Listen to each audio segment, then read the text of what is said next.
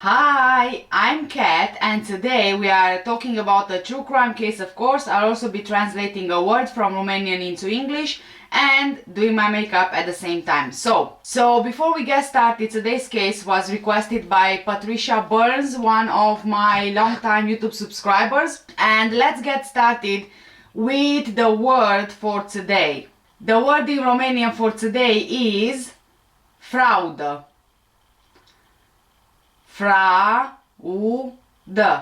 Fraudă.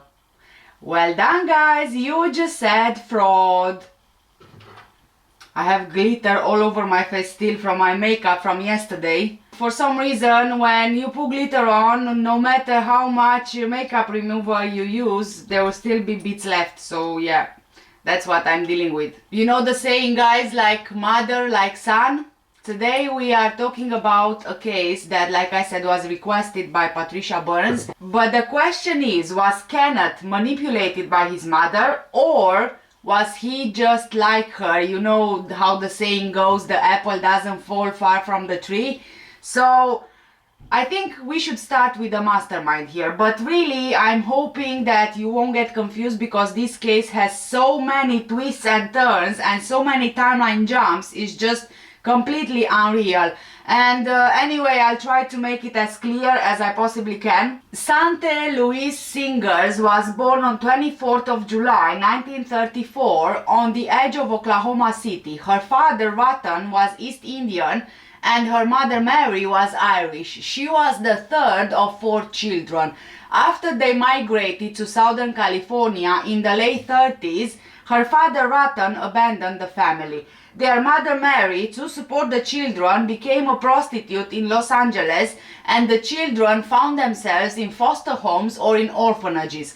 Sante was the last to be separated from her mother. She used to hang out at a soda shop on Melrose Avenue in Los Angeles. The couple who owned the place, Kelly and Dorothy Seligman, or Silaiman, also owned a movie theater in the same block, and you know, from time to time they would let Sante to watch a movie for free. Dorothy had a sister who couldn't really conceive children with her husband, and they were looking to adopt. Edwin and Mary Chambers were more than willing to share their home with a child in need. Ed, who was a military man, was about to take an important position as the 3rd highest ranking officer in the Nevada National Guard, and so they wondered if Sante would like to move to Carson City with them, and Sante agreed. Sante's friend Ruth Tanis said that Sante moved there in the 7th grade. Whilst she went by the name Sante Singers, kids really made fun of her, so she then changed the name and she went by the name Sandy Singer. Then, when she was adopted, her name became Sandra Chambers, but her friends would always call her Sandy. Sandy Chambers appeared to just fit in. She went to Carson High School, she got good grades, she was a cheerleader for the basketball team, the historian for the Spanish club, member of the Glee club, and co-editor of the school's newspaper, The Chatter. But she was best known for being boy crazy and a flirtatious girl. She ran for a freshman class office and the following year for a sophomore class post, but she lost both times, so she never tried again for those. Dwayne Glansman, the 1952 senior class president, said that they all felt quite guilty for treating Sante as an outsider. But there was a darker side emerging from Sante as well. She was caught shoplifting at a local 5 and dime, you know, like those £1 shops here in the UK or the $1 shops in the US, but she was never prosecuted for this. She once stole her adoptive father's credit card and went on a shopping spree. But Sante, she really seemed to be happy and overall doing quite well. So much so that when her own mother showed up in Carson City one day and wanting to take her back, Sante refused. On her high school graduation day in June of 1952, Sante told everyone that she was going to college, get a degree and become a journalist. However, 3 months later, she married a high school sweetheart, Lee Powers, but divorced him 3 months later. Afterwards, she took a 6-week secretarial course at a Reno business school, and then she spent 2 years bouncing around Northern California, San Francisco and Sacramento with her friend Ruth Tanis, alternating between office work and college courses. By most accounts, Sante had a blast at that time. I know that it might seem like, I'm giving you too much info into Sante's life before we get to the actual crimes, but I'm telling you guys, her whole life would be a crime. Sante eventually returned to Carson City and ended up marrying another high school admirer, Edward Walker, in 1956. They had a child together, Kent, but the marriage didn't last. Her husband accused her of stealing and shoplifting, and she was arrested in 1961 in Sacramento for petty theft. Sante ended the marriage and returned to Los Angeles, where she alternated between prostitution and crime. Court records show that she was arrested for grand theft in Los Angeles in 1965 and auto theft a few days later in Norwalk, California. According to one of her former lawyers, Sante walked into a Cadillac dealership and scammed the salesman into allowing her to test drive a convertible, alone of course, but Sante never went back to the dealership and drove the car for a few months as if she owned it. And when the police caught up with her, she told them she was given the car to test drive, and that's what she was doing, still test driving it after a few months later. The names of Sante singers and her other aliases were just filling up the police records of Southern California. There was a charge against her in Glendale in 1968 and another grand theft charge in Riverside the next year. She also worked as a prostitute in Palm Springs. She ended contact with her adoptive parents, and when Mary Chambers died of cancer in 1969, Sante didn't even attend the funeral. By then, Sante was looking for the big score, something or someone who could make her rich for the rest of her life. She started looking for a soulmate that had the same ideas as her and who enjoyed the rush and the thrill of stealing just like she did. His name was Kenneth Kimes, a hustler just like she was. He was worth almost $10 million when Sante met him, but the wealth didn't stop them from attempting to scam everyone who got in their way, including the President of the United States. They had a son, Kenny or Kenneth, who would be trained from birth to behave as if he was the devil's spawn on earth. So, just so we don't get confused with the names, let's call Kenneth, Sante's partner, Ken Sr., and their son Kenneth, Kenny.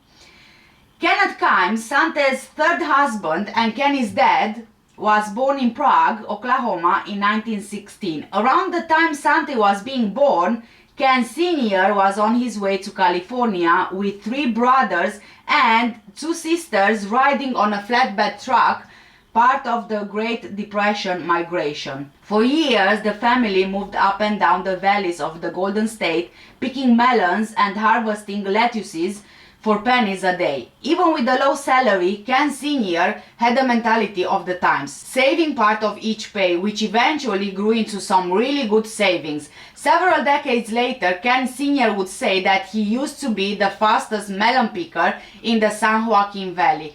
When World War II began, Ken Sr. was among the first to enlist. He spent the war years helping to liberate and then occupy the Aleutian Islands from the Japanese. He spent 3 years on the isles off the coast of Alaska, trading guns with the indigenous population for fresh fish and caribou, which is basically reindeer, which he then resold to the mess hall. He also operated a small casino inside a Quonset hut. By Victory Day, Ken Sr. managed to send a substantial amount of money back home.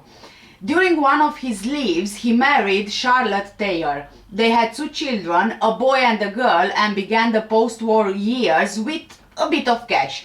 Everyone seemed to be buying cars, highways were being built, and the couple decided to get into the construction business. After building a few apartment complexes and trailer parks, they began focusing on motels. They built around 30 motels and sold them off for really good profit. It didn't really take long for them to figure out that they could make even more money by building these motels and then owning and operating them. Their chain was built directly across the street from a newly constructed Disneyland.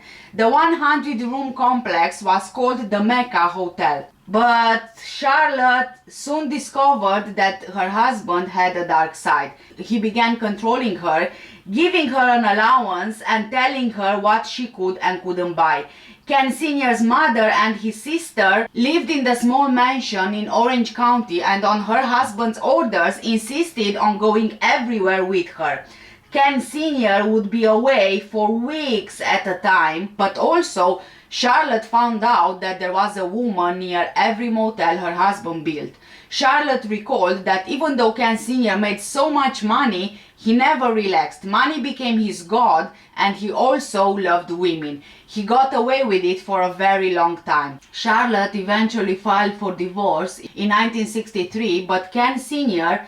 hired former Attorney General for the state of California to represent him. In the end, he got away with most of their fortune, but Charlotte had absolutely no regrets. And now we get to how Ken Sr. meets Sante. There are two stories as to how they met. Sante saw an article on California millionaires in a magazine in 1971 and she liked his looks and of course his net worth as well. The second story is that he actually went after her. He needed a public relations person for an American bicentennial scheme that he was working on, one in which he hoped to make several $1 million. But Ken Sr. had more than met his match. At first, Sante behaved like the perfect partner. She would personally stir his whiskey cocktails with her little finger while pretending to keep up with him drink for drink. Instead, hers would be chucked away into a planter or a wastebasket. When he would get drunk, she would then take charge. And if needed, she could perform every sexual trick in the book. Ken Sr. may have once controlled Charlotte, his ex-wife, but it was Sante who was controlling Ken Sr. now. Sante even asked him what his favorite flower was, and when he told her, she went to the perfume shop and asked them to duplicate the fragrance so she could wear it. Ken Sr. was just eating out of Sante's hand, but she wasn't the wife just yet. It took 10 years for Ken Sr. to marry her. By that time, their son Kenny would be 6 years old. Sante would have escaped a lengthy prison term and was already beginning to teach their son the tricks of the trade. The scheme planned by Ken Sr. and put into motion by Sante involved making money from the 1976 American bicentennial. It was called the Forum of Men.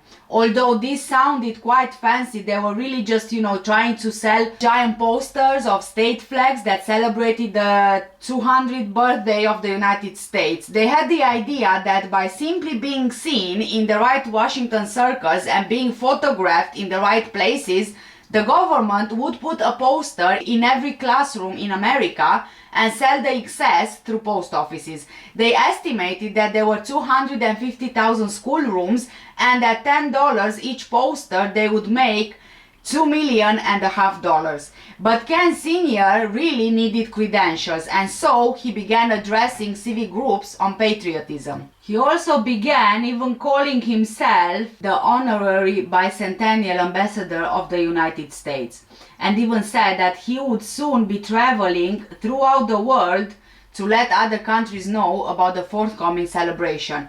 But an official sanction was needed and it wasn't long before the couple showed up at the White House to meet with Patricia Nixon. You are probably asking yourself, how did they manage to do that? Well, Ken Sr. and Sante forged a memo on White House stationery that claimed was to Mrs. Nixon from a high-ranking White House assistant asking her to see him. It represented Ken Sr. as this big Republican donor and philanthropist who only wanted to give back to his country.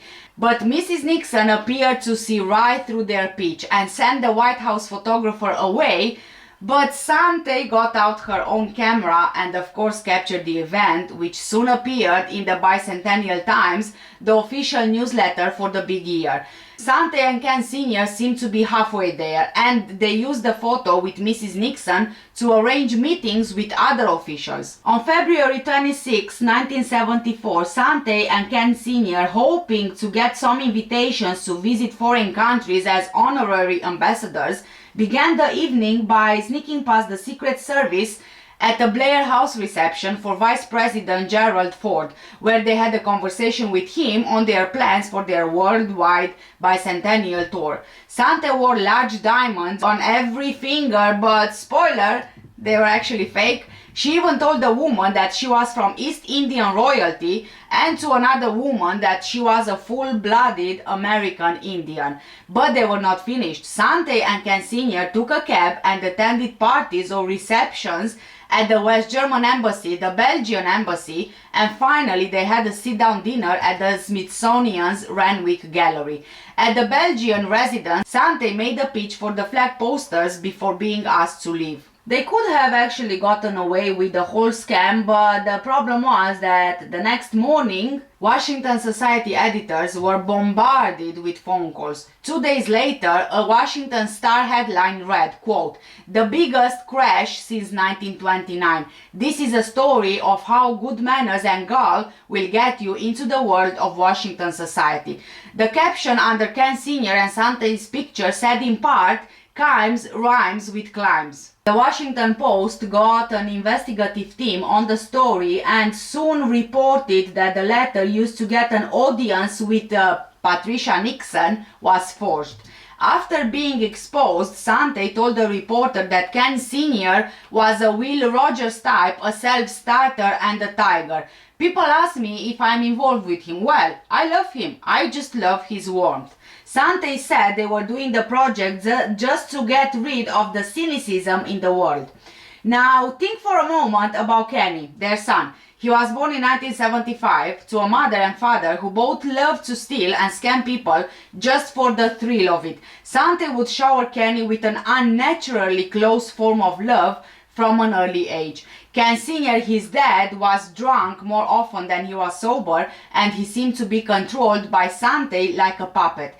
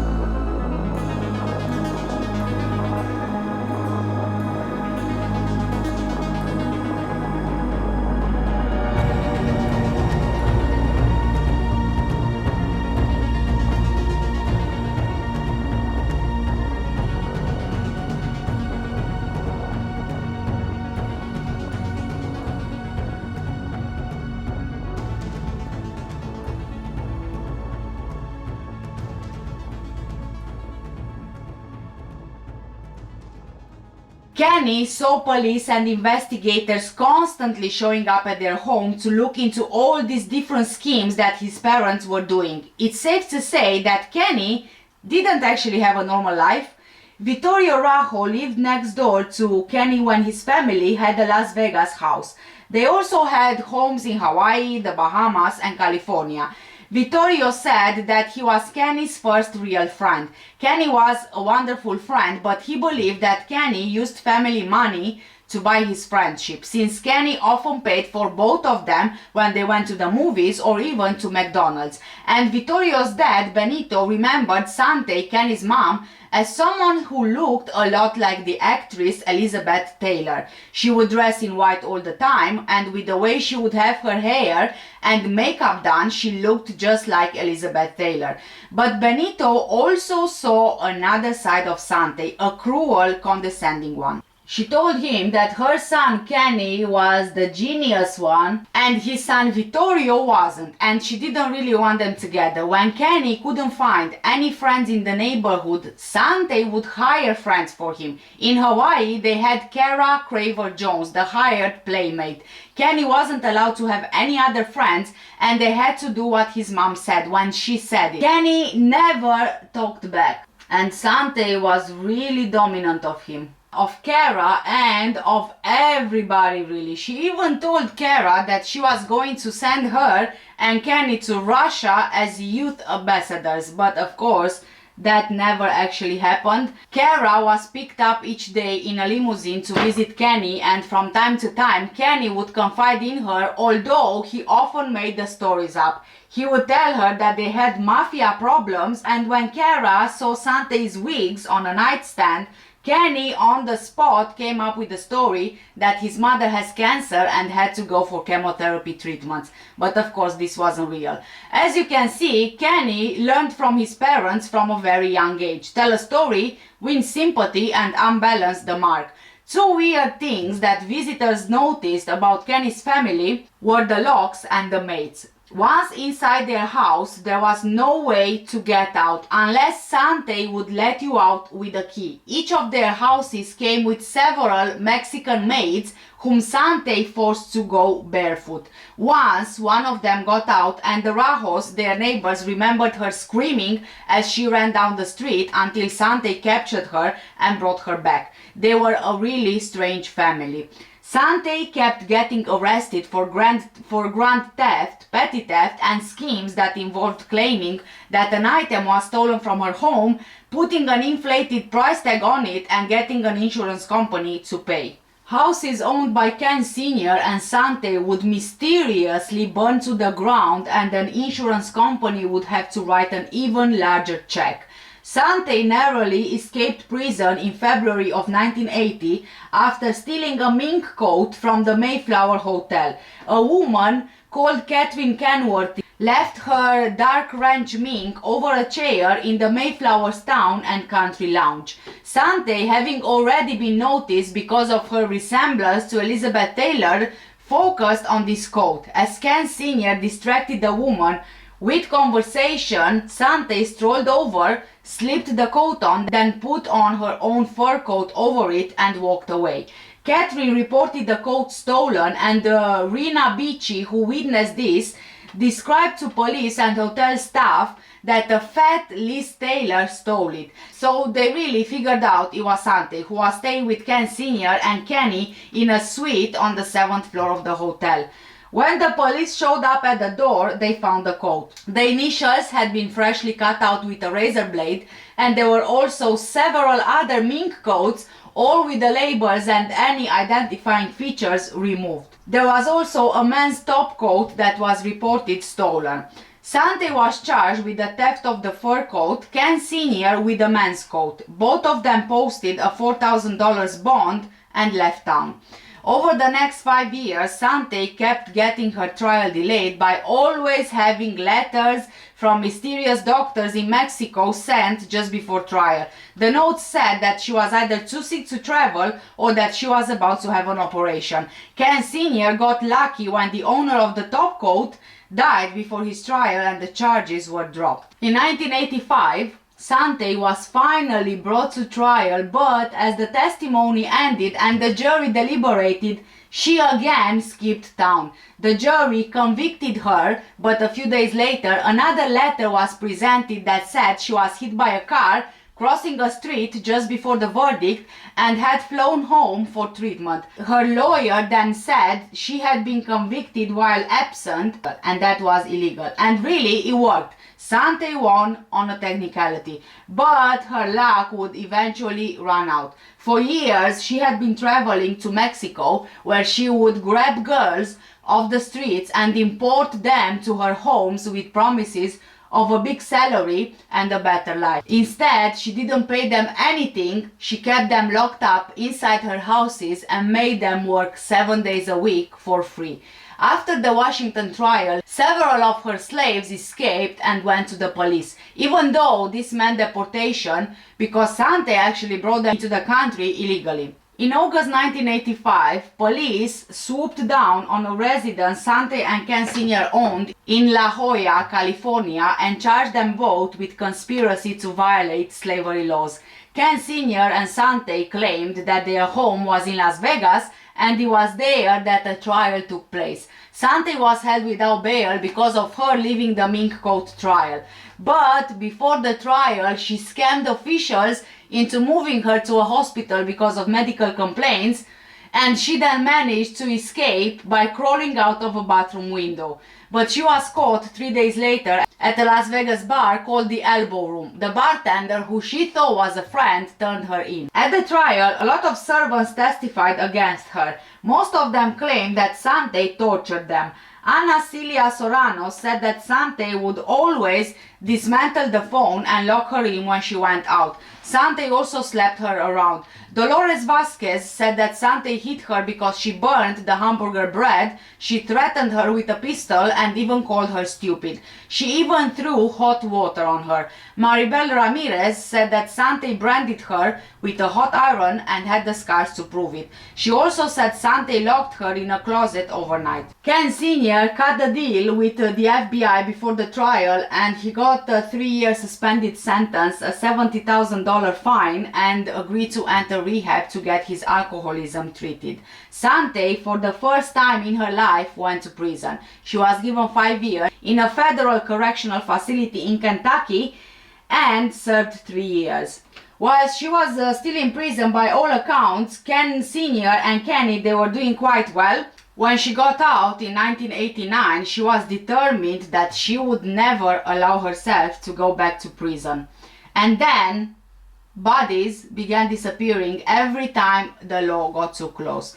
In 1990, their family lawyer Elmer Holmgreen burned down one of their homes for the insurance money. After having a couple of vodkas, obviously, drunk at a bar, the lawyer ended up telling his story of how he burnt the house down to anyone who listened to him. The FBI got him in for a talk and he became an informant. Soon after that, Sante and Ken Sr. invited Elmer to join them on a holiday in Costa Rica. They returned from that holiday, but he never did, and his body was never found. When Kenny was at the University of California at Santa Barbara, his mother, Sante, decided to go off with him. So she lived off campus with Kenny and Ken Sr. At the university, she often organized with Kenny keg parties. She now shared a bed with her son on the road, but not a bed with her husband. On March 28, 1994, Sante pulled up in front of a Santa Barbara bank and went inside, leaving Ken Sr., by then 77-year-old, in the car. When she went back out, Ken Sr. was dead from a heart attack. Kenny was away on a spring break vacation in Hawaii, so Sante didn't really tell him that his father had died. Instead, she met Kenny at the airport when he returned, and when Kenny asked where Papa was, Sante said he was right there, showing Kenny his father's ashes inside an urn. But Kenny was horrified, especially when Sante showed him 2 airline tickets. She then forced him to get back on a plane and they returned to Hawaii. They disposed of Ken Sr.'s ashes by scattering them in the Pacific Ocean on a beach near Honolulu. Sante never told anyone about Ken Sr.'s death. when his children or old friends called asking about him, she would make up a story. He'd gone off to Japan to build a motel was one of her favorite stories. So I think that it's safe to say that Ken Sr. didn't die from a heart attack, because if he would, then she wouldn't really keep it a secret and dispose of his ashes in the ocean as well, in my opinion. Ken Sr. never had his will updated, and there was an old one somewhere leaving everything to his 2 children from his first marriage. Even though Sante could produce a marriage certificate, authorities would later doubt even the authenticity, saying it appears to be forged.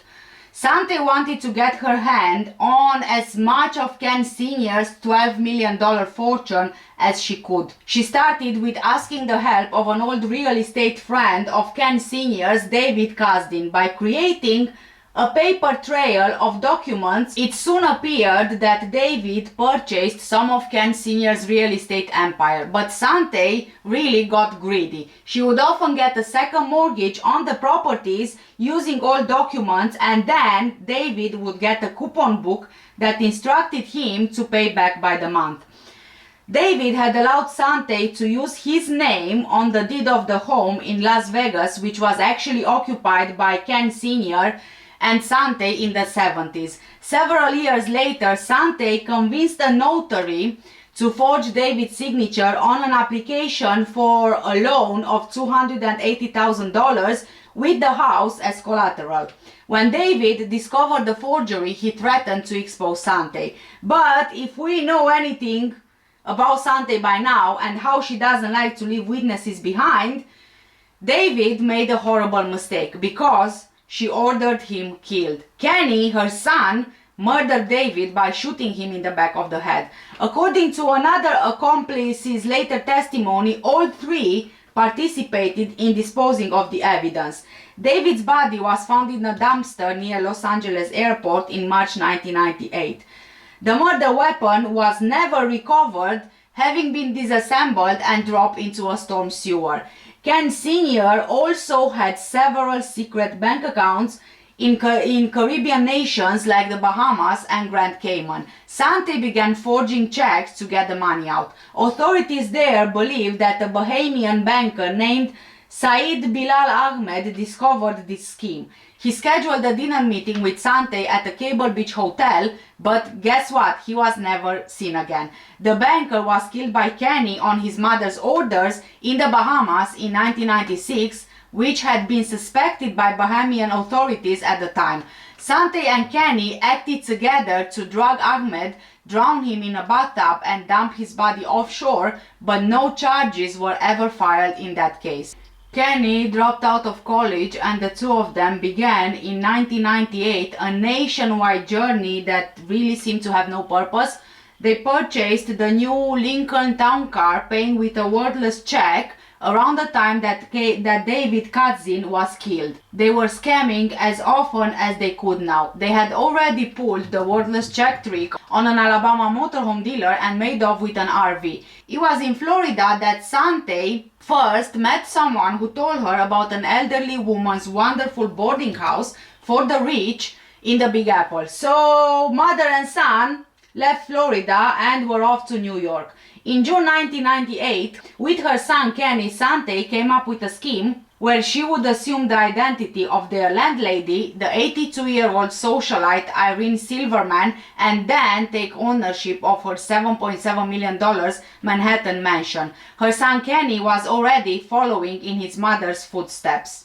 Just 2 months before, he helped his mom steal some lipstick from a discount store in Miami, knocking down the store detective before being arrested. Of course, these charges were reduced, the bond was posted, and they quickly left town. Just hours before, the mother and son committed the ultimate offense. The body inside the suitcase had been the lively socialite Irene, who owned the East Side mansion and leased out suites to those who could afford to pay $6,000 per month rent. Celebrities in town for a long stay, like singer Chaka Khan and pianist Peter Duchin, were 2 of the regular paying guests. Irene Silverman lived a rich, full life. She was born in New Orleans in 1916, the only daughter of an Italian fishmonger and a Greek immigrant seamstress. Her father's last name was Zambelli and the exotic surname was his claim to fame. He was related to the great Carlotta Zambelli, a ballet dancer who in the first half of the 20th century was a star of the first order. Irene's father believed that dancing was in the family genes, and the girl, who was then known as Irina Zambelli, was given ballet lessons several times a week, even though her parents were really struggling to pay her teacher. In 1932, during the Great Depression, Irene's father left the family. I don't know what's happening with fathers leaving their families. Her mother, who still had dreams of getting Irene to be a ballerina, took her to New York to study under one of the great dance choreographers of the day, Michael Foukin. She paid for lessons by sewing ballet costumes for him at night after her shift as a button seamstress in the garment district was finished. Irene was good. But Irene was really good, but at only 5 feet and weighing just 98 pounds, she was too tiny to dance with a major company, even by ballet standards. In 1933, Irene found a position in what was then the Corps de Ballet of Radio City Music Hall, doing 4 shows a day, 7 days a week, for a weekly paycheck of $36. She was the shortest on stage, always at the end of the line. Her feet would often bleed through her satin slippers from being on point, a ballet technique, and they would hurt so much that she sometimes had to walk home barefoot. Radio City was 75 pence for a matinee in those days, and really for that price you saw ballet and commercial dancers like the Rockettes, but also a movie. Irene appeared in a production of Bolero, which was followed by one of the hottest movies of the year, King Kong. She was nicknamed Zambi by the other dancers because it rhymed with Bambi. After 8 years of working there, Irene met a man, someone who was more than a decade older than her. His name was Samuel Silverman, and he was a real estate mogul whose fortunes were still on the rise. For her and him, it was a marriage of convenience. She realized she was going to be very rich. She was bright and bubbly, and he was just brilliant with connections at the highest level. They got married in 1941, and part of the deal was that Irene's mother would live with them. They never had any children of their own, just money, and a lot of money. Samuel was able to get some really good real estate deals in every borough of New York. After World War II, he expanded his real estate empire to countries outside of the US. They purchased a 5-story mansion on East 65th Street in New York, but also owned apartments in Honolulu and the City of Lights, Paris. But sadly, in 1973, Samuel died of cancer. Irene's mother would die a few years later. For the first time in her life, Irene began to live alone. But she wasn't just going to wait around for that. She began by having the mansion divided into suites and made it into the most luxurious bed and breakfast in all of Manhattan. She always said it was for the company and not the cash. If she liked the guests, she would have the servants bring him breakfast in bed, and if she really liked you, she would take you out to dinner. She began taking classes at nearby Columbia University. She was popular with the younger students, partly because she always kept a bottle of first-rate champagne in her purse, and partly because she was the only person who not only came to classes by limousine, but would sometimes volunteer to have her driver drop off a classmate after a lecture. She became known as a charming eccentric, someone who once showed up at a party with 10 young men in tow. She would say she rented a man for the night. In 1998, Irene was 82 years old, but she had no plans to slow down. Her stylist dyed her hair Lucille Ball orange, and despite her arthritis and a bad back, she would sometimes amaze her guests by rising on tiptoes, her hands pointed above her head like Odile in Swan Lake. When Kenny Kimes showed up on Irene's doorstep, he used one of the oldest cons in the book. First, he used the name of an old friend of hers as a reference. Then he showed her the money. He had $6,000 in $100 bills. Irene had always got checks, but she knew that cash couldn't be traced. No money for the IRS. Kenny Kimes was nicely dressed in a suit and he seemed okay. And when his female assistant showed up a few days later and began living with him, Irene kept quiet, but she had signed her own death warrant because in a matter of days she would be dead. That female assistant was in fact Sante's, Kenny's mother. Like I said, Irene didn't need the money, she simply liked company. Her staff cleaned the small apartments that she would rent out, and on this occasion, in July 1998, Irene had given the servants the holiday weekend off. On the 5th of July 1998, with everyone gone, Sante and Kenny forced Irene into their suite where, after a struggle, she was shot in the head with a stun gun that paralyzed her. Then, Kenny strangled Irene with his own hands. After that, she was wrapped in a shower curtain that was purchased just for the occasion and then tied with duct tape. Sante's plan was that she was going to tell the staff that her dear friend Irene sold her the mansion and would show them a bill of sale if necessary. The servants would buy her story and also the story that Irene had gone off on a long European vacation. Kenny moved Irene's body into a suitcase in the trunk of the Lincoln car. He got behind the wheel and the two of them turned onto Madison Avenue. After Sante and Kenny disposed of Irene's body at a suburban New Jersey construction site, they returned to New York ready to carry out the rest of their plan. A few days before killing Irene Silverman, they called an old friend, Stan Patterson, who lived in a Las Vegas trailer park. He had sold Sante and Kenny guns, did some odd jobs for them and was able to keep his mouth shut. Or so they thought.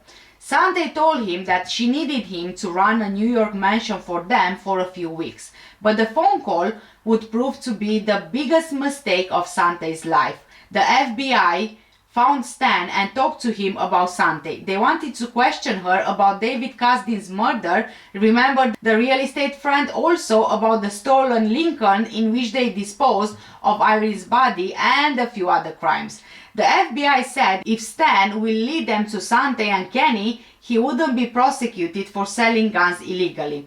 Sante and Kenny met Stan, but Stan wore a bulletproof vest to the meeting at the New York Hilton just after Sante and Kenny finished with the disposing of Irene Silverman's body. Federal agents surrounded them and it was all over. Kenny was so frightened that he wet his trousers. Sante was brazen to the end, using an alias and loudly protesting her innocence. Of these individuals. Categorical. How long can the authorities hold your clients before letting them go? They can hold them for a 30-day period, which takes to August 6th. Then they can renew the application for another 30 days on good cause shown. What this is an extradition warrant. All 50 states have an agreement that if somebody is held, that they will hold them for the demanding state. New York is what's called the extraditing state. So under our statute, there's a 30-day period. And that 30-day period, which will take us to August 6th, they have to come up with a governor's warrant. You know, that's what we're awaiting. And they have not come up with a governor's warrant. And it's very important to note that if they were that concerned about the prosecution of these individuals, why hasn't even the state of Utah come up with the governor's warrant? And in regard to those charges, they are civil in nature. Although they're couched in criminal terms, this was a civil dispute. And it will be shown clearly that this was a business transaction where the car was being purchased for another car. They informed the dealer that the car was defective and that the check would be stopped. So they didn't do anything criminally. And additionally, it should be noted that Sante Kimes or Kenneth Kimes never signed this check. So they're being charged with an offense where they were not even the signatories on this check. However, this was a way to hold them. And this is what we have reason to believe is the reason for this warrant. It's for the sole and exclusive purpose of detaining them and holding them. Who is Manny Garrett? You say why they were here in New York. They came to New York. They wanted to be here in New York. Why? They love the city. Why are we all here in New York? Maybe they were specific, we're not the one who are suspect in murder. Oh, I understand that. And I want to say something to you. If someone travels various places, and if someone decides to come to New York, and then if someone has a business transaction in another state and there's a warrant, what proof is that they've committed any wrongdoing here? It doesn't exist. It was an interesting question, but why did they want to be in New York? Why did they want to be in New York? Good question. Why did they want to be in New York? Who? A Supreme Court judge's decision. See, if she felt that there were a risk of flight, then you do what most judges do. You set high bail. That's right.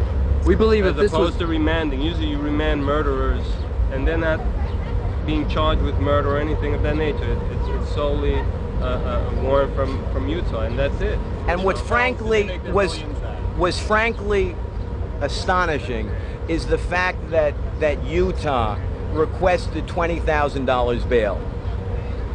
And that was brought into court, and that was shown to the judge. And I asked the judge to take the court remands them. New York is supposed to be acting on behalf of the demanding state, whether it's Utah, California, into this court on that charge and that charge alone. And why is it that the $20,000 bail, which was requested by Irene Silverman vanished in 1998, the same day that Sante and Kenny were arrested for writing a bad $14,900 check for a car. The police found a stolen Lincoln car, and inside they found a lot of incriminating evidence. Irene's passport and keys to the mansion were in the back seat. A fully loaded Glock .9mm pistol and a .22 Beretta were also there. There were real estate transfer papers and a notebook that showed Sante practicing Irene Silverman's signature over and over again. There was also an empty stun gun box, blank social security cards, handcuffs, extra license plates, syringes and walkie-talkies, a red wig, 2 fright masks, a pink liquid similar to a known date rape drug, and $30,000 in cash. Excuse me. My name is Matthew Weissman. I'm an attorney. We would like access to the Times residence, please. Today, outside Irene Silverman's mansion, the attorney for Kenneth Kimes was trying to get action and access to his client's room inside 20 East 65th Street. Sir, why are you walking away from me? I represent Kenneth Kimes. The Kimes attorneys say prosecutors won't show them evidence in the disappearance of the 82-year-old Silverman. They also seem to be laying the groundwork for the defense of Sante and Kenneth Kimes. Miss Silverman had her own life, a life, outside of her ever meeting my client. The attorneys say guns and ammunition found in the Kimes car actually belonged to an FBI informant, and they say blood allegedly found in the car and outside the mansion won't be connected to the Kimes through DNA. Are you saying essentially that maybe your clients, they may be con artists, but they're not murderers? Well, well, let's say this, they're not murderers. The Kimes have been linked to 4 people who've either disappeared or been murdered, and now there may be a 5th. Authorities want to know if they're linked at all to the disappearance of Jacqueline Levitz, who's the widow of the furniture store founder. Levitz bought a home in Vicksburg, Mississippi in 1995. She lived there for 3 weeks, but then vanished. Blood was found all over the home. Kimes attorneys wouldn't comment on that, but insist their clients had no involvement in the Silverman case. My client categorically denies any involvement with her disappearance. They also found cassettes of Irene Silverman's telephone conversations secretly taped by Sante and Kenny, and a forged deed that transferred her townhouse to them for a fraction of its nearly $10 million value. They never found Irene's body. Sante and Kenny were tried in the spring of 2000. After several months of testimony, the jury decided Sante was guilty of 58 different crimes and Kenny was guilty of 60. Sante was sentenced to 120 years and Kenny to 125 years. At their sentencing, Sante was asked if she had anything to say, and with that she jumped to her feet where she ranted about her life and the unfairness of her trial for more than an hour. She actually had to be stopped by the judge. A few months later, in October 2000, Kenny tried to escape by holding a court TV reporter, Maria Zone, hostage by pressing a ballpoint pen into her throat. In 2000, Sante Kimes and her son Kenneth were arrested for the murder of Irene Silverman, an 82-year-old Manhattan millionairess. Authorities soon uncovered a sordid tale of cross-country crime sprees and suspicious deaths. And then add into the mix this treachery and incestuous behavior and then murder. I mean, you couldn't help but watch these two. With the duo facing extradition to California to face additional murder charges, Kimes agreed to a jailhouse interview with court TV producer Maria Zone. And he sat down and I said to myself, he looks pretty mean, but I'm not going to say anything because I have a lot of ground to cover. I have a lot of questions to ask him. Are you saying, though, that Mrs. Silverman was aware that you were sharing the apartment with your mother? Absolutely. Absolutely. But after 15 minutes, Kenneth Kimes had a question of his own. Could, if I may ask, could we take a break in maybe 5 or 10 minutes? How about 2 minutes? Sure. Better. What do you need a break for? Oh, just put a little water on my face. Just moments after the camera was turned off, Kimes took Zone hostage.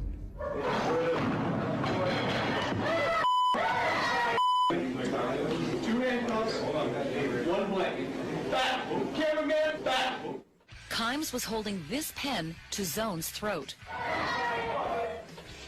I was on the air live when an alert came over the wire service saying there was a court TV reporter being held hostage by Kenneth Kimes in a prison cell. What followed was a tense standoff with Zone's life in the balance.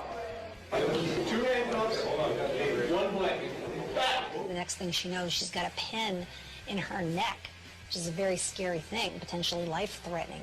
In my mind, I'm thinking about the things that he's done and the things that I've read that he's done and the fact that he's been convicted of murder. And at this point, I'm really, really scared. What are you thinking, that you're going to take someone hostage, a journalist, inside a prison? And that's going to get you out? I mean, that's a desperate kind of crazed person who's doing that. That could have ended a lot worse than it ended. After 4 excruciating hours, guards distracted Kimes and wrestled him away from Zone, ending her capture. It was very terrifying, and it was a situation that you never think you're going to be in yourself. Maria had interviewed Kenny once before without any incident. His demand was that his mother not be extradited to California, where the two faced the death penalty for the murder of David Kasdan. After 4 hours of negotiation, Kenny removed the pen from Maria's throat. Negotiators created a distraction which allowed them to quickly remove Maria and wrestle Kenny to the ground. After 3 hours, he was subdued. In March 2001, Kenneth Kimes was extradited to Los Angeles to stand trial for the murder of David Kasdan. Sante Kimes was extradited to Los Angeles in June 2001. During the trial in June 2004, while he was facing the death penalty, Kenny changed his plea from not guilty to guilty and implicated his mother in the murder, in exchange for a plea deal that his mother not receive the death penalty if convicted. He also confessed to killing the Bahamian banker Said Bilal Ahmed by first drugging him, then drowning him in a bathtub, and later disposing of the body in the ocean. Sante Kimes again made a prolonged statement denying the murders and accusing police and prosecutors of various kinds of misconduct, and was again eventually ordered by the presiding judge to be silent. The sentencing judge in the David Kasdan case called Mrs. Kimes one of the most evil individuals they had met in their time as a judge. No body, no crime, Kenny told the judge, revealing the Kimes family motto. Even though her son ratted her out, Sante maintained her innocence and tried to play the sympathy card. Her court appearances included arrivals via wheelchair, fainting spells, a heart attack, and continuous crying. The judge, Kathleen Kennedy Powell, didn't really buy this, particularly after Sante took to name-calling and repeatedly called the prosecutor Mr. DA Death. Each of them received another life sentence that was added onto the more than 100 years they were already serving. Even though the David Kasdan murder happened first, the Kimes were apprehended in New York City and tried first for the Irene Silverman murder. Evidence recovered from their car helped establish the case for trying them on David Kasdan's murder as well.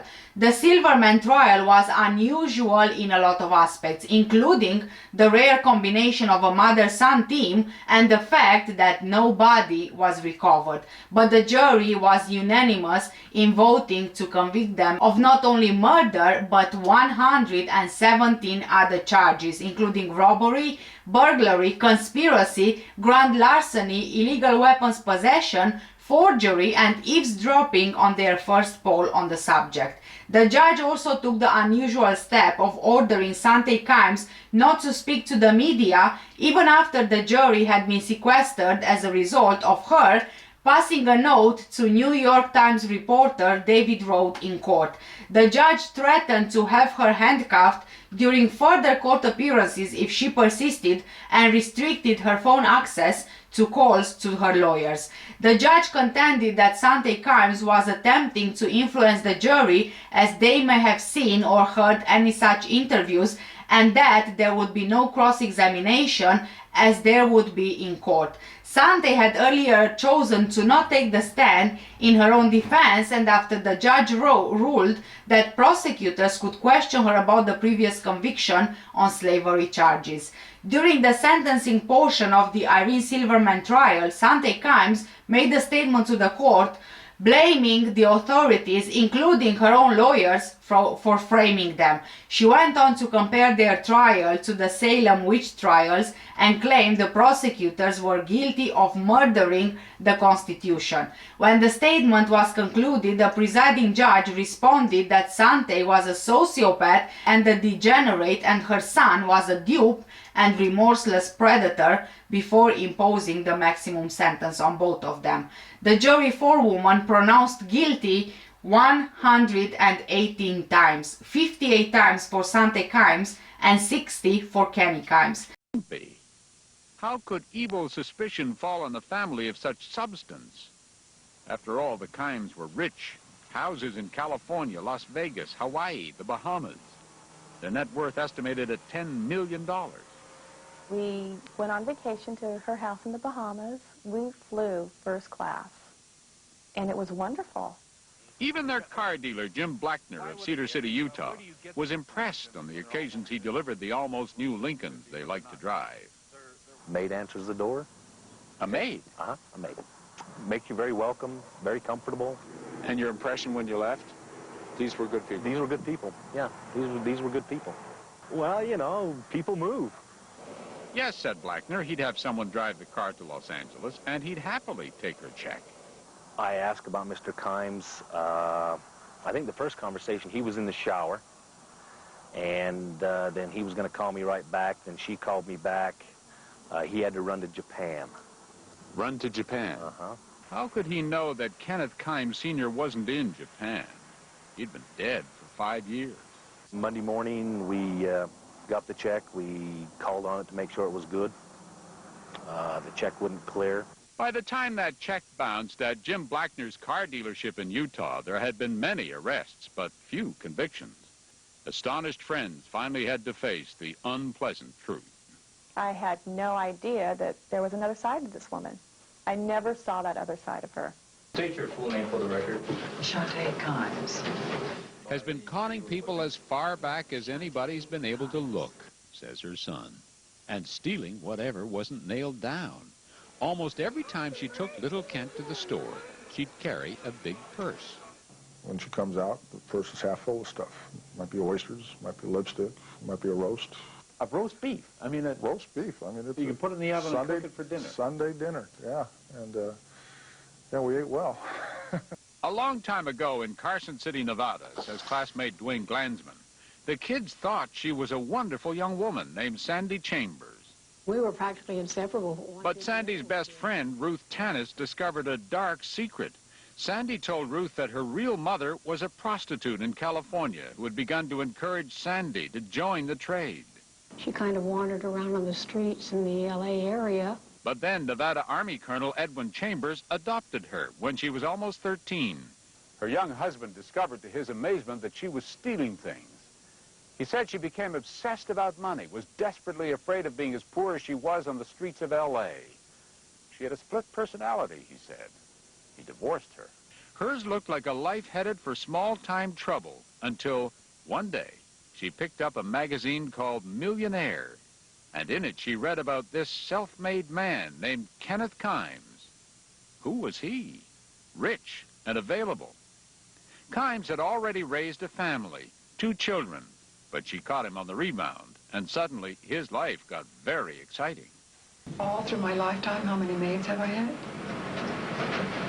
Let's say, since you were married to Mr. Kimes. Oh, gosh, 80, 100. She felt this need to enslave people and to force them to work against their will.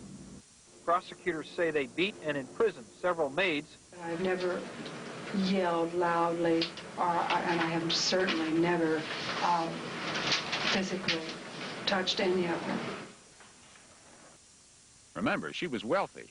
Homes in Hawaii, La Jolla, Las Vegas, the Bahamas.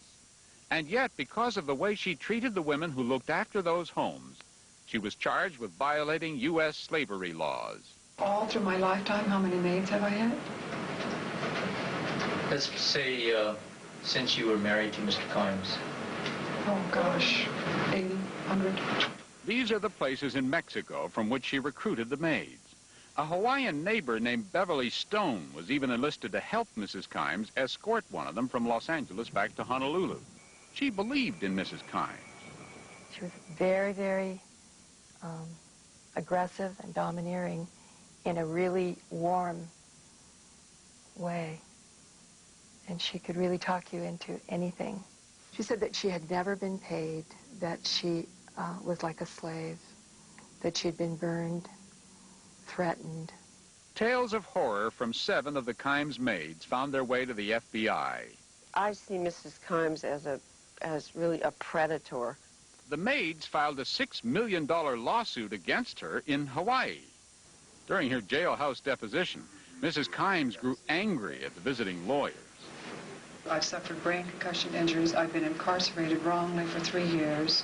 I've had the insurance carrier setting me up in this unbelievable deposition, which is endangering my life, my freedom, our family. She turned her anger on the company that carried her homeowner's insurance, demanding that since she was accused of enslaving the maids in her home, the homeowner's insurance should cover it. But we don't insure people for keeping slaves. One lawyer who represented the insurance company, Jeff Portman, found himself opposing not just Sante Kimes, but a whole army of lawyers she was able to hire. A total of 77 lawyers, he says, though he claims not all of them were paid. She's a very evil person, a very dangerous person. Because she was so insistent, so litigious. In the end, to get Mrs. Kimes out of their hair, the insurance company agreed to settle with the maids. I think when you got below the surface, you found someone who was capable of doing virtually anything to get what she wanted. Including, investigators say, suspicious fires at her own homes and businesses. In Las Vegas, on the site now occupied by the Barbary Coast Casino, Kenneth Sr. owned a property called the Times Square Motel. When it burned down in July 1977, this report, prepared by the fire investigator, said of the cause, quote, set by human hands. The Hawaii house, this elaborate place by the sea, burned twice, both fires suspicious. The second, in 1990, was ruled an arson fire, and the Kimes Insurance Company refused to pay. She was furious and showed up at the headquarters of Chubb Insurance in New Jersey, even went to executives' homes. At the same time, a New Jersey police report called Mrs. Kimes dangerous, cunning, a master of disguises, and an escape artist. But it was in the Bahamas that even more terrible things began to happen in the vicinity of the Kimes. By now, it was 1996. Kenneth Sr. had died, and Sante had her son by her side when government sources in the Bahamas tell NBC News Kimes moved to take control of her husband's offshore millions. This is the family's beachfront house in Nassau, now abandoned and crumbling. From this house, say our sources, Kimes tried to persuade banking officials to cover some failed investments. She encountered this man, Syed Bilal Ahmed, the senior auditor for the Gulf Union Bank. He say officials was investigating irregularities in the bank where the Kimes kept their money. When suddenly, he disappeared. She's a person that we very, very much would like to speak with. Bahamian Police Superintendent Douglas Hanna. Possibly the missing man was at the house where the Kimes was staying. The superintendent said Mrs. Kimes became his #1 suspect. And then... And once she knew that we were inquiring about her, she appeared to have just vanished. In Florida, caught on surveillance video in a discount store. Here's Mrs. Kimes in her Liz Taylor getup stealing $19 worth of lipstick. That's Ken Jr. behind her. But as they're about to leave, they're stopped by an undercover cop. There's a confrontation. Ken tries to bolt with the purse. He doesn't get far. This is the young grifter in court as the judge gives him a break in his bond. Sir, your attorney has convinced me to reduce your bond to $10,000. That's less than half of the standard bond. You've got a good lawyer. Do what she tells you. And this was the last anyone saw of Kenneth Jr. until a cross-country tour of deceit brought mother and son to New York. By the time the rest of us learned about them, another man will be found dead in a dumpster, and Irene Silverman would vanish. From the day he left college and went off with his mom, I knew his life was over as a normal, functioning kid. I knew she'd drag him down. UC Santa Barbara policeman Alan Cagey and his wife Trish took Kenny in after a fight got him kicked out of his dorm at school. They came to love Kenny, but his mother? I get upset with Kenny for not standing up to her. The Cageys came to believe, like so many others before them, that Sante was a crook and tried to get Kenny away from her influence. He says, no, I have to listen and do what my mother wants. I looked at him and I said, Kenny, I said, one of these days I'm probably going to have to come visit you in prison. Sante Kimes was serving a sentence of 120 years at the Bedford Hills Correctional Facility for Women in New York. On her prisoner papers, Sante's projected release date was March the 3rd, 2119. Additionally, Sante Kimes and her son, Kenny Kimes, were each sentenced to life for the death of David Kasdin in California. Sante died in prison on May 19, 2014 at the age of 79. Kenny Kimes, who is now 47 years old, is currently incarcerated at Richard J. Donovan Correctional Facility in California. The oldest son of Sante Kimes, Kent Kimes, was terrified of his mom, fearing that she may order his death from prison, knowing how much power she had over people. Kent said that as a kid, he and his family were always on the run because his mom was drawn to a life of crime. He cut all ties to her in 1998 after she used his daughter as a decoy in one of her many schemes. Kent remembered being arrested as a kid for shoplifting, an incident that drove his mother ballistic, but not because he stole, but because he got caught. She furiously told him how stupid he was for getting caught. She said, if you're going to do it, use the back door, make sure no one is looking. Kind of like robbery 101. Kent escaped the family by training to become a pilot and starting his own family. Kent Walker wrote a book called Son of a Grifter, which fills in missing details of Sante's biography. Kent, Sante's eldest son and half-brother to Kenny, catalogs the wrongdoings of Sante, including everything from shoplifting and theft to multiple counts of arson, insurance fraud and slavery. Kent vividly recalls his childhood with Sante and her third husband, Ken Kimes, detailing how the couple indoctrinated him into criminality. Now, do you guys remember I mentioned at the beginning of this video about Kenny's friend Vittorio and how Sante would call Vittorio stupid and Kenny genius? Well, Vittorio Rajo actually became a college graduate, entering medical school, so I assume that now he's practicing medicine. So, rhetorical question here really, who was the genius and who was the stupid one in the end?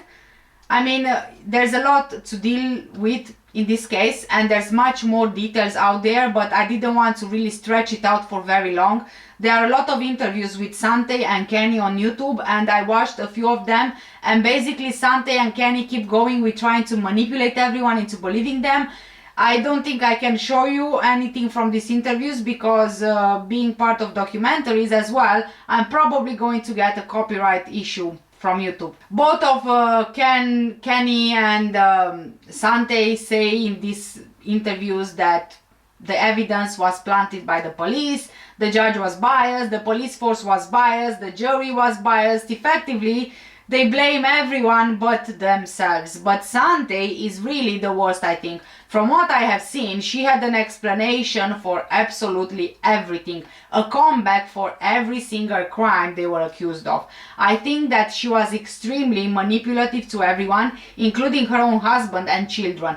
Kenny and Kent both grew up in that environment, but I'm not so sure that Sante was so manipulative of Kenny that he didn't realize what he did was wrong. Kent got out as soon as he saw that it's getting worse and worse, but Kenny decided to stay. Yes, Sante was controlling over him and taught him everything, but I can't blame only her. I think that he's to blame as well. I also find their relationship very strange. During one of their interviews, they were even holding hands, as if to show people and the media that they have this perfect kind of, you know, mother-son relationship. I don't know, I just didn't buy it. And also there are a lot of rumors going around saying that maybe they had an incestuous relationship. Again, obviously this has been vehemently denied by both of them, but like I said, there are just some really strange behaviors in those interviews with both of them. It seems more like a couple rather than a mother-child. I mean, this is just my opinion from what I have observed. And really, I can't find any excuse for Kenny's part in the crimes, and I really think that they both got exactly what they deserved. Please guys, do let me know what do you think in the comment section down below. Thank you so much for staying with me. If you are interested in any of the makeup that I used for today's video, all of the products are linked in the description down below. For now, take care, stay safe, and I will see you in the next one. Bye!